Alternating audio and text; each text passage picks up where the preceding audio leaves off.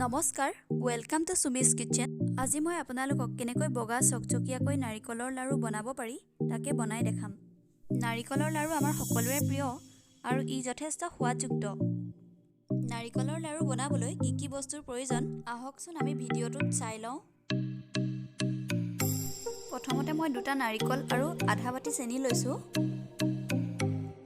এতিয়া মই নাৰিকলটো ফালি বেক চাইডৰ ক'লা অংশটো গুচাই লৈছোঁ। এতিয়া মই নাৰিকলখিনি সৰু সৰুকৈ কাটি মিক্সিত পিচি লৈছোঁ। নাৰিকলখিনি ভালদৰে পিছা হৈ গৈছে।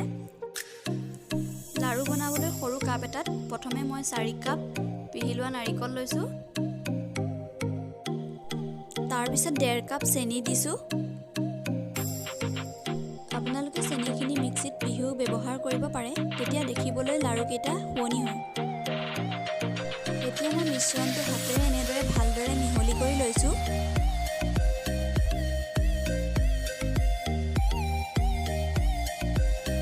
এখন চফা কেৰাহী লৈ কেৰাহীখন পাতি মই নাৰিকলখিনি ভাজি লৈছোঁ। হালধি লাগি থাকিলে তাৰ ৰংটো ৰঙচুৱা হ'ব।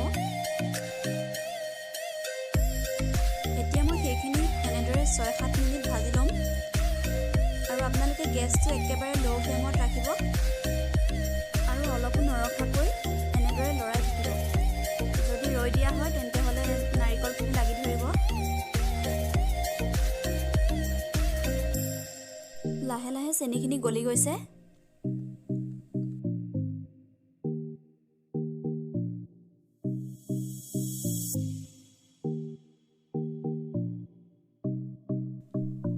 অলপ সময় ভজাৰ পাছত আঠাটো ধৰিছে নাই এনেদৰে টেষ্ট কৰি চাব লাগিব। এইখিনি প্ৰায় ভজা হৈ গৈছে।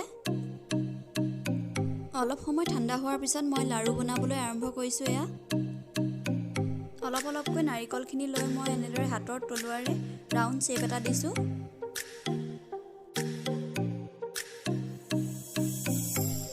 এনেদৰে মই কেইবাটাও লাড়ু বনাই ল'লোঁ।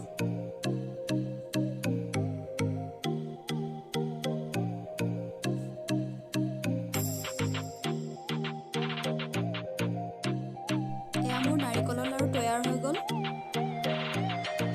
আপোনালোকেও এনেদৰে ঘৰত বনাই খাই চাব, খুব টেষ্টি হয়। ভিডিঅ'টো চাই যদি ভাল পালে লাইক আৰু শ্বেয়াৰ কৰি দিব আৰু এনেধৰণৰ নতুন নতুন ভিডিঅ' চাই থাকিবলৈ চেনেলটো ছাবস্ক্ৰাইব কৰি ল'ব।